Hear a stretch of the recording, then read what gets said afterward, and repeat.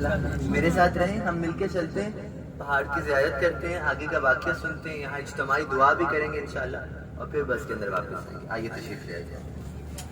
تو اس پہاڑ کے اوپر دو بڑے پتھر نظر آ رہے ہوں، نظر آ رہے ہیں سب کو؟ اس پہاڑ کا نام ہے جبل سور۔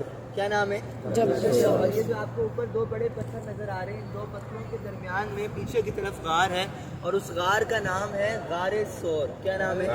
ہم لوگ پورا واقعہ بس کے اندر سن رہے تھے کہ ہمارے نبی صلی اللہ تعالی علیہ وآلہ وسلم اور ابو بکر صدیق رضی اللہ تعالیٰ عنہ جب مکہ سے مدینہ جا رہے تھے تو راستے میں اس پہاڑ کے اوپر غار میں قیام کیا تھا۔ ہم نے واقعہ سنا کہ ابو بکر صدیق رضی اللہ تعالیٰ عنہ رسول اللہ کو اپنے کاندھوں پر بٹھا کر اس پہاڑ کے اوپر لے کر گئے، جبکہ اس پہاڑ کی اونچائی 5413 فٹ کی تھی، لیکن ابو بکر صدیق اپنے کاندھوں پر بٹھا کر اوپر لے کر گئے۔ جب غار کے اندر پہنچے نا تو ابو بکر صدیق رضی اللہ تعالیٰ عنہ پہلے خود اندر گئے، اور آپ نے رسول اللہ سے کہا کہ یا رسول اللہ آپ باہر رک جائیں۔ ابو بکر صدیق جب اندر گئے تو آپ نے غار کی صفائی کی، تو پھر آپ نے دیکھا غار کے اندر چھوٹے چھوٹے سوراخ ہوئے ہوئے تھے۔ تو ابو بکر صدیق رضی اللہ تعالیٰ عنہ نے ایک چادر پہنی تھی، آپ نے وہ چادر اتاری اور اس چادر کو پھاڑا، اور وہ جو چادر کا کپڑا تھا وہ آپ نے سوراخوں میں ڈالنا شروع کر دیا۔ میری بات کی سمجھ آ رہی ہے آپ سب کو؟ مطلب جو میں بول رہا ہوں آپ سب سمجھ رہے ہیں؟ سارے سوراخ آپ نے بند کیے، ایک سوراخ بچ گیا تھا اور آپ کی چادر کا کپڑا ختم ہو گیا۔ وہ جو ایک سوراخ بچ گیا تھا، ابو بکر صدیق رضی اللہ تعالیٰ عنہ نے وہاں اپنا پاؤں رکھ دیا کہ یہاں سے کوئی چیز اندر نہ آ جائے۔ پھر آپ نے رسول اللہ کو آواز لگائی، آپ نے کہا یا رسول اللہ غار کے اندر آ جائیے۔ نبی پاک جب غار کے اندر آئے تو ابو بکر صدیق رضی اللہ تعالیٰ عنہ نے اصرار کیا، آپ نے کہا یا رسول اللہ آرام کر لیں، سو جائیں۔ ہمارے نبی صلی اللہ علیہ وسلم ابو بکر صدیق کے اصرار کے بعد سو گئے۔ آپ نے ہمارے نبی صلی اللہ علیہ وسلم نے اپنا سر مبارک ابو بکر صدیق کی گود میں رکھ دیا اور آپ سو گئے ابو بکر صدیق کی گود میں۔ اسی غار سور کے اندر جو ابو بکر صدیق رضی اللہ تعالیٰ عنہ نے سوراخوں کو بند کیا تھا، ان سوراخوں کے اندر ایک سانپ چھپ کر بیٹھا ہوا تھا۔ جب رسول اللہ اور ابو بکر صدیق وہاں پر آئے، وہ سانپ نے باہر آنے کی کوشش کی، لیکن وہ جب بھی کسی سوراخ سے باہر نکلنے کی کوشش کرتا تو وہ دیکھتا کہ سوراخ بند ہے، کیونکہ ابو بکر صدیق چادر کے کپڑے سے وہ سوراخ بند کر چکے تھے۔ چلتے چلتے سانپ وہاں آ گیا جہاں ابو بکر صدیق رضی اللہ تعالیٰ عنہ کا پاؤں تھا، اور اس نے آ کر آپ کو وہاں پر ڈس لیا۔ اب انسان کو سانپ ڈس لے تو اس کی کیا حالت ہو جاتی ہے آپ سب کو پتہ ہے۔ ابو بکر صدیق رضی اللہ تعالیٰ عنہ کو سانپ نے ڈس لیا، آپ نے نہ کوئی آواز نکالی، نہ شور کیا، اور نہ ہی آپ نے اپنے پاؤں کو وہاں سے ہٹایا۔ کیوں؟ آپ کی گود میں کون سو رہے تھے؟ ذرا مل کے بتائیے۔ صلی اللہ علیہ وسلم۔ ابو بکر صدیق سے فرماتے ہیں مجھے اس بات کا ڈر تھا کہ اگر میں نے آواز نکالی، شور کیا یا پاؤں ہٹا دیا تو رسول اللہ کی نیند میں خلل آ جائے گا۔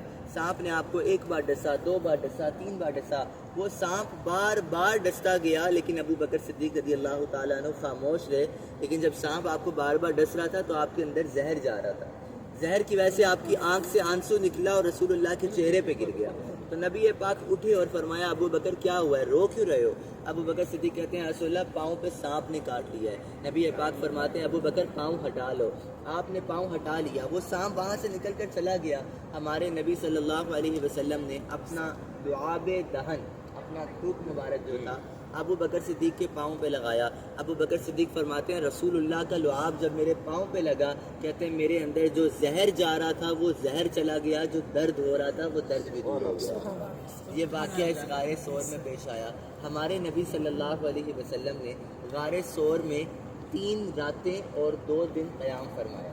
کتنی راتیں؟ 3 راتیں اور 2 دن ہمارے نبی غار سور میں رہے۔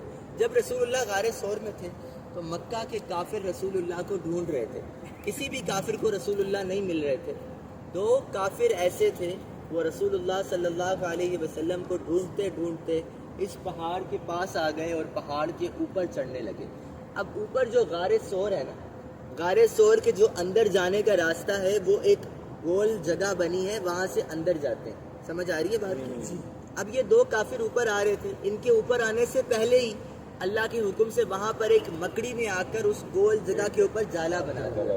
پھر ایک کبوتر آیا، اس نے وہ جو کبوتر گھونسلہ بناتا ہے نا، اپنے منہ میں تنکا تنکا چن کے گھونسلہ بنا لیتا ہے، کبوتر نے گھونسلہ بنایا اور وہ آ کے وہاں بیٹھ گیا۔ جب وہ کافر چڑھتے ہوئے اوپر آئے نا تو انہوں نے دیکھا کہ جہاں سے غار کے اندر جانے کا وہ راستہ ہے، وہاں مکڑی کا جالا ہے، وہاں کبوتر بیٹھا ہوا ہے، تو ان کافروں نے سوچا کہ اگر رسول اللہ اندر گئے ہوتے تو جالا ٹوٹا ہوا ہوتا، کبوتر یہاں سے اڑ چکا ہوتا.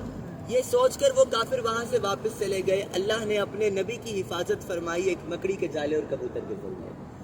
اور یہ بات بھی سمجھ لیں، مکڑی کا جالا جو بنتا ہے نا، یہ ایک دن میں نہیں بنتا، بڑی دیر لگتی ہے مکڑی کا جالا پورا بننے. کبوتر کا گھونسلہ بھی جو ہوتا ہے وہ بھی ایک دن میں نہیں بنتا، کافی وقت لگتا ہے. لیکن یہاں پر یہ کتنی دیر میں ہو چکا تھا؟ جتنی دیر ہمیں آنکھ بند کر کے کھولنے میں لگتی ہے نا، اتنی دیر میں یہ سارا کام ہو چکا تھا. اور یہ کرنے والا کون تھا؟ اللہ تعالیٰ. سورہ یاسین میں اللہ ارشاد فرماتا ہے نا، انما امرہ اذا اراد شیئا ان یقول لہ کن فیکون.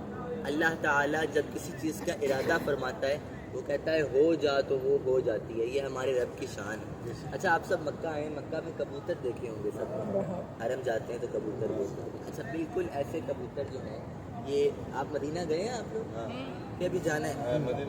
اچھا مدینہ میں بھی بالکل ویسے کبوتر ہیں جیسے مکہ میں ہیں. تو علماء بتاتے ہیں کہ وہ جو کبوتر غار ثور میں آیا تھا، یہ اس کبوتر کی نسل ہے جس سے اللہ نے مکہ اور مدینہ میں آباد کر دیا. تو آپ کو آئیے دعا کرتے ہیں انشاءاللہ بس میں روانہ ہوں گے. الحمدللہ والصلاۃ والسلام وبارک وسلم. اے میرے مالک مولا، تیرے فضل و کرم سے جبل صور پہاڑ کے دامن میں حاضر ہیں. اے اللہ ہم سب کی یہاں کی حاضری کو اپنی بارگاہ میں قبول فرما.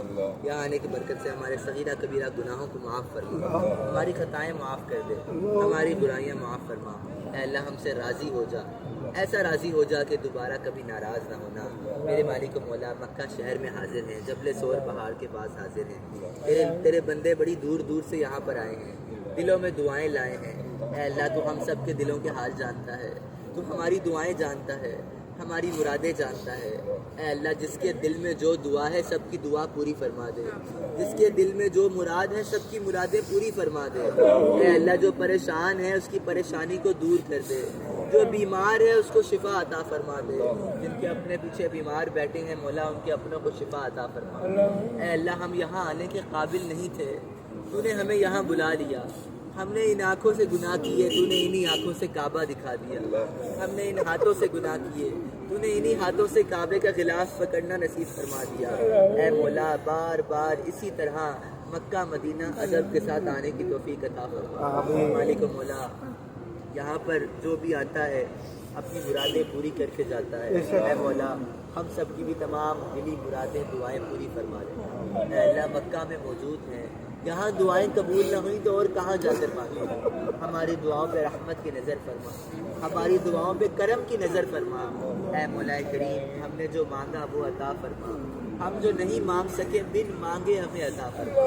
اے اللہ ہمیں مانگنا نہیں آتا، تجھے دینا آتا ہے. ہمارے گناہ بہت زیادہ بھی ہوں لیکن ہمارے گناہ تیری رحمت سے بڑھ کر نہیں ہو سکتے. اے مولا اپنی رحمت سے اپنے کرم سے ہمارے گناہوں کو معاف فرما کر ہمیں اچھوں میں ڈال دے، ہمیں نیکوں میں ڈال دے. مولا کریم جس نے جو مانگا ہے اس کو بے حساب عطا فرما. دنیا بھر میں جہاں جہاں مسلمان پریشان ہیں مولا تمام مسلمانوں کی مدد فرما دے، مسلمانوں کی خیر فرما. عالم اسلام نہ جانے کہاں کہاں پریشانی کی حالت میں مولا تمام مسلمانوں کی مدد فرما دے، مسلمانوں کی خیر فرما. اللهم صل وسلم وبارك على سيدنا محمد وعلى آله وصحبه وبارك وسلم. سبحان ربك رب العزة عما يصفون وسلام على المرسلين والحمد لله رب العالمين. اللہ ہماری حاضری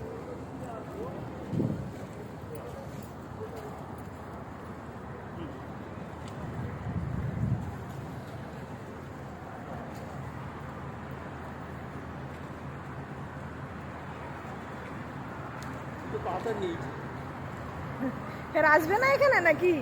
এক্ষুনি পাথর নিয়ে নিয়ে যাও। আপনি আসবেন? একা একা আসতে হবে টাকা খরচা করে। পাহাড় উঠতে? হ্যাঁ আসবে উঠতে দেখি। হ্যাঁ হ্যাঁ